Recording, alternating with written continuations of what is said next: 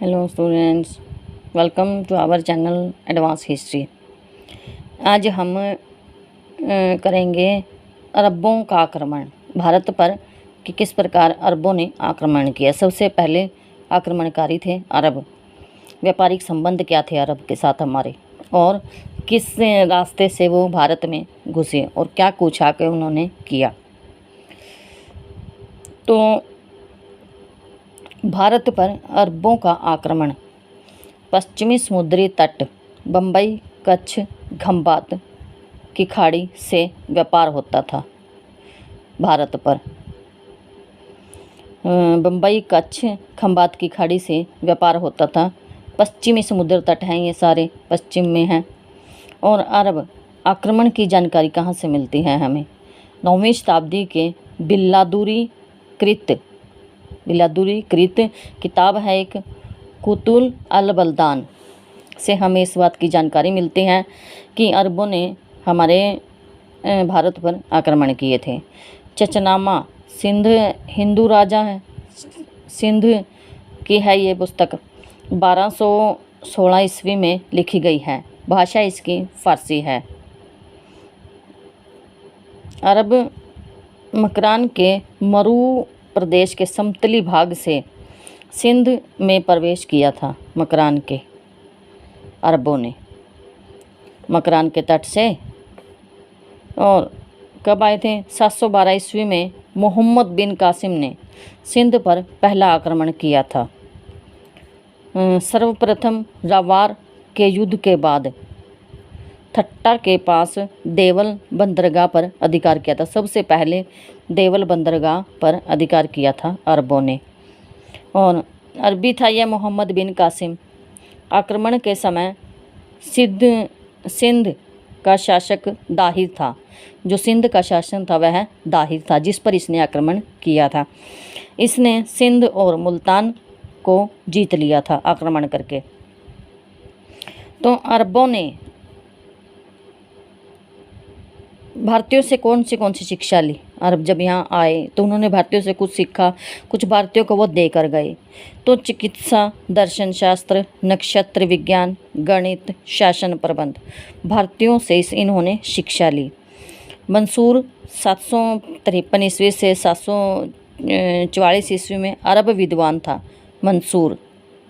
ब्रह्म सिद्धांत और खंड खाद्य इसके बुक हैं मंसूर की। ब्रह्म सिद्धांत और खंड खाद्य, अरब विद्वान था जो।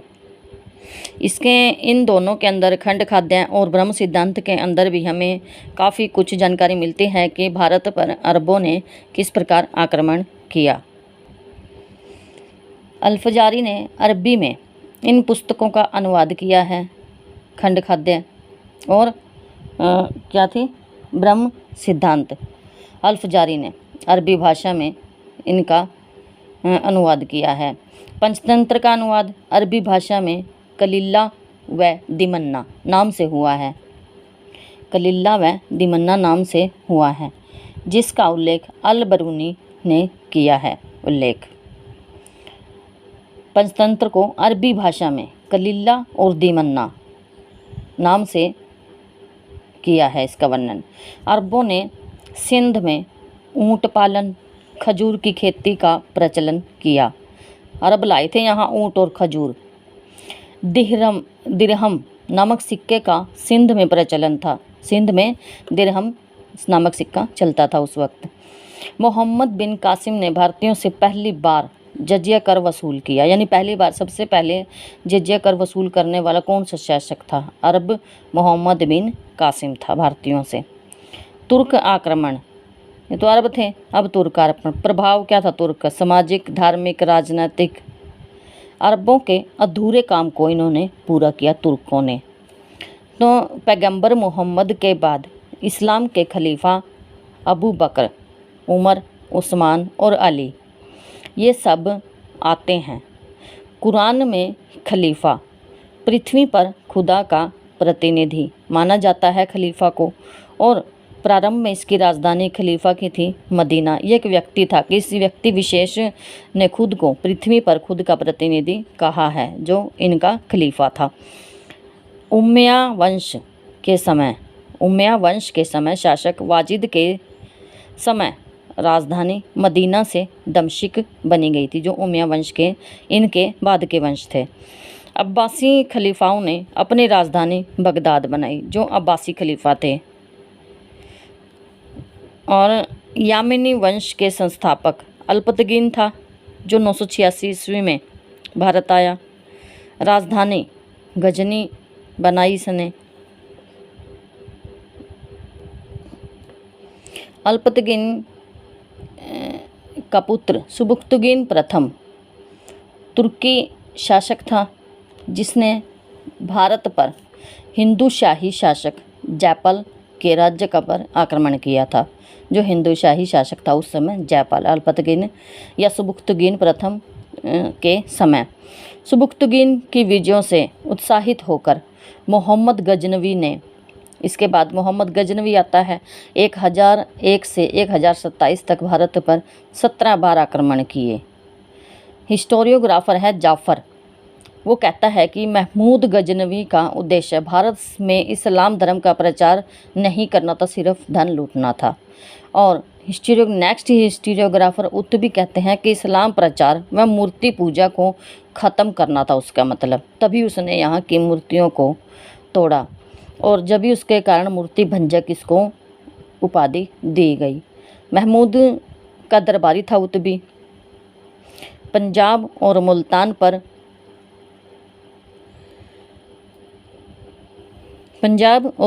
पर स्थायी तुर्क अधिकार था, स्थायी रूप से तुर्कों का अधिकार हो गया था। सिंध के शासक जयपाल हिंदू शाही राज्य था। कन्नौज में प्रतिहार वंश था और कश्मीर में ब्राह्मण वंश था। शासिका थी रानी धिद्दा। बंगाल में पाल वंश था। महिपाल प्रथम वहाँ का शासक था जब महमूद गजनवी ने आक्रमण किया भारत पर। तो इसका देख लेते हैं, कुछ विशेष आक्रमण हैं। पहला आक्रमण था हिंदू शाही शासक, पहला आक्रमण था उसका, जिसमें वो विजयी हुआ था जयपाल 1001 ईस्वी में। दूसरा था मुल्तान पर अब्दुल फतेह दाऊद, यहाँ का शासक था। यहाँ पर उसने 1004, 1005 और 1010 और 1011 पर आक्रमण करता रहा जब तक विजयी नहीं हुआ। नंबर 3 पर है नगरकोट, सुखपाल यहाँ का शासक था 1006 ईस्वी में। नंबर 4 पर है बठिंडा, यहाँ का शासक छुप गया था या उसके आगे नहीं आया था। ओके। और नंबर 5 पर है थानेश्वर, 1013 और 14 में आक्रमण किया था और चक्र स्वामी की मूर्ति इसने तोड़ी थी। तो ये पॉइंट बहुत ही इम्पोर्टेंट है कि चक्र स्वामी की मूर्ति कहाँ तोड़ी थी? थानेश्वर में। कन्नौज 1018 ईस्वी में। मथुरा 1019 ईस्वी में। 8 पर है कलिंजर, 1019 और 1023 ईस्वी में 2 बार आक्रमण करता है। और 9 पर है सोमनाथ, भीम प्रथम यहाँ का शासक था, 1025 ईस्वी में यहाँ पर आक्रमण करता है। जट्टों से विद्रोह होता है इसका, और जिसके कारण 1027 में इसका आखिरी आक्रमण होता है। और ये एक वैष्णव का मंदिर था या शिव का मंदिर था, उसको तोड़ रहा होता है, तभी जट्टों ने अपने धर्म में इस प्रकार छेड़छाड़ से तो उसका विद्रोह करते हैं। और उसके बाद ये जो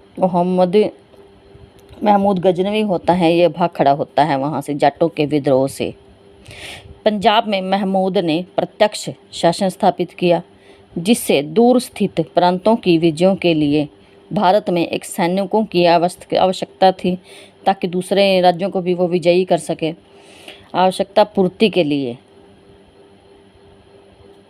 भारत में सेना गठित की उसने।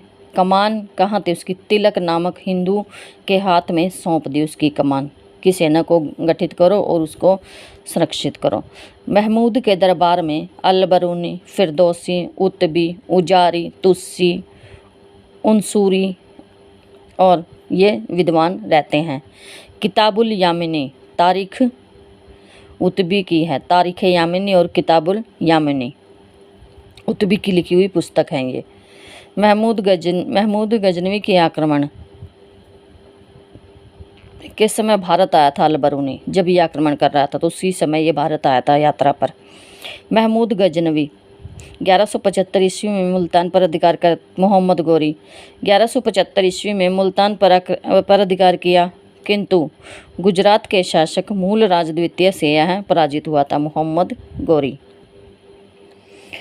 गौर साम्राज्य क्या था? ये गौर साम्राज्य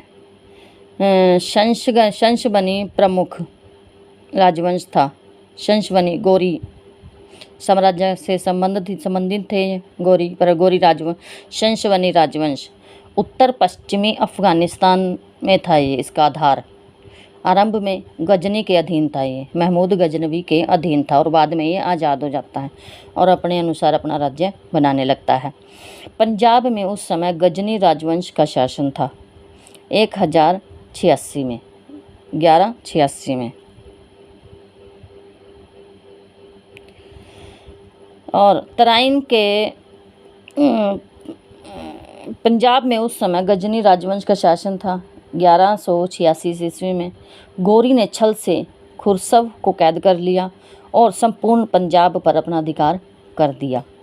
तराइन के प्रथम युद्ध में 1191 ईस्वी में दिल्ली के शासक पृथ्वीराज चौहान को इसने परास्त किया और तराइन के दूसरे युद्ध में यह पराजित हो जाता है मोहम्मद गोरी 1192 में, अगले ही साल। भारतीय इतिहास के निर्णायक लड़ाई थी ये, क्योंकि उस समय चौहानों का उत्तरी भारत पर प्रमुख राज्य था। नेक्स्ट पॉइंट है 1194 ईस्वी में मोहम्मद गोरी ने कन्नौज के शासक जयचंद पर आक्रमण किया। चंदावर के युद्ध में उसे पराजित किया था। गौरी ने अपने अमीरों को भारतीय क्षेत्रों का शासक बनाया। जो छुटपुट उसने राज्य जीते थे उन पर अपने अमीरों को दे दिए और उनको शासक बना दिया। सिक्कों पर इसने कलमा खुदवाया। दूसरी ओर लक्ष्मी की आकृति अंकित करवाई, क्योंकि ये जनता की सहानुभूति चाहता था। कुतुबुद्दीन ऐबक बेटे के समान था इसका, गोरी का दास था ये। दिल्ली व आसपास का क्षेत्र इसको दिया उसने, मोहम्मद गोरी ने। 1206 ईस्वी में खोखरों के युद्ध के समय गोरी मारा गया और मोहम्मद गोरी के सेनापति बख्तियार खिलजी ने पूर्वी भारत का अभियान किया और नालंदा व विक्रमशिला को नष्ट किया। बख्तियार खिलजी ने, और जैसे उसमें नालंदा और विश्व विक्रमशिला में आग लगा दी थी इसने, बख्तियार खिलजी ने। सेनापति था ये मोहम्मद गोरी का। और कई महीनों तक ये नालंदा और विश्वविद्यालय विक्रमशिला जलते रहे थे और भारत का इतिहास काफ़ी यानी बहुत ज़्यादा नष्ट हो गया था बख्तियार खिलजी के कारण। भारत में तुर्की संस्थापक माना जाता है मोहम्मद गोरी को। अपने अभिलेखों में हिंदी की देवनागरी लिपि का प्रयोग करने वाला चंदेल शासक पूर्व मध्यकालीन राजवंश था ये मोहम्मद गोरी। वुलजले हेग के अनुसार इसने अरबों द्वारा सिंध को विजयी भारतीय इतिहास की एकमात्र कथा मात्र है वुलजले हेग ने, और अरबों द्वारा अल-बरूनी की रचना को 11वीं शताब्दी के भारत का दर्पण कहा है अल-बरूनी ने। पालक नामक किसको कहा है? इसको कहा है भारत की एकमात्र रचना। पाल शासक गोपाल ने लोक प्रचलित बंगाली परंपराओं, लोकगीतों, कथाओं को अमर बनाया था और भारतीय ज्ञानपीठ पुरस्कार की प्रतीक प्रतिभा वाकदेवी की मूर्ति को परमार भोजों ने प्रतिष्ठित किया था, जो सरस्वती वाकदेवी यानी सरस्वती की मूर्ति थी। सुमित्रा नंदन पंत को 1965 ईस्वी में ज्ञानपीठ पुरस्कार दिया जाता है। जो चंदेल शासक धंग ने प्रयागराज में अपना जीवन अंत किया। सोमदेव का कथा सरित सागर विश्वकोश के रूप में सुरक्षित है। कथा सरित सागर है जो सोमदेव का। और ऐसे हैं कुछ जैसे सामंतवाद का उदय। R.S. विष्ट ने भारतीय सामंतवाद की पुस्तक लिखी है, भारतीय सामंतवाद। और 11वीं शताब्दी में धारा नगरी संस्कृत अध्ययन व अध्यापन केंद्र थी। धारा नगरी संस्कृत का। दिगंबर जैन धार्मिक संप्रदाय के अनुयायियों को अस्पृश्य माना गया है। दिगंबर जैन ने चालुक्यों के शासक काल में महिलाओं को उच्च पदों पर नियुक्त किया था। सिंह संवत 1113 ईस्वी से 1114 ईस्वी में सोलंकी शासक जय सिंह राज ने शुरू किया था। सिंह संवत। कर्नल टाड रीति रिवाज, सूर्य पूजा, अश्वमेघ यज्ञ के द्वारा राजपूतों को शकों की संतान मानते हैं। बिजोलिया अभिलेख चौहानों की पूरी वंशावली मनु ने शकों को व्रात्य क्षत्रिय कहा है। Thanks for watching. I hope this video is helpful for you. Thanks.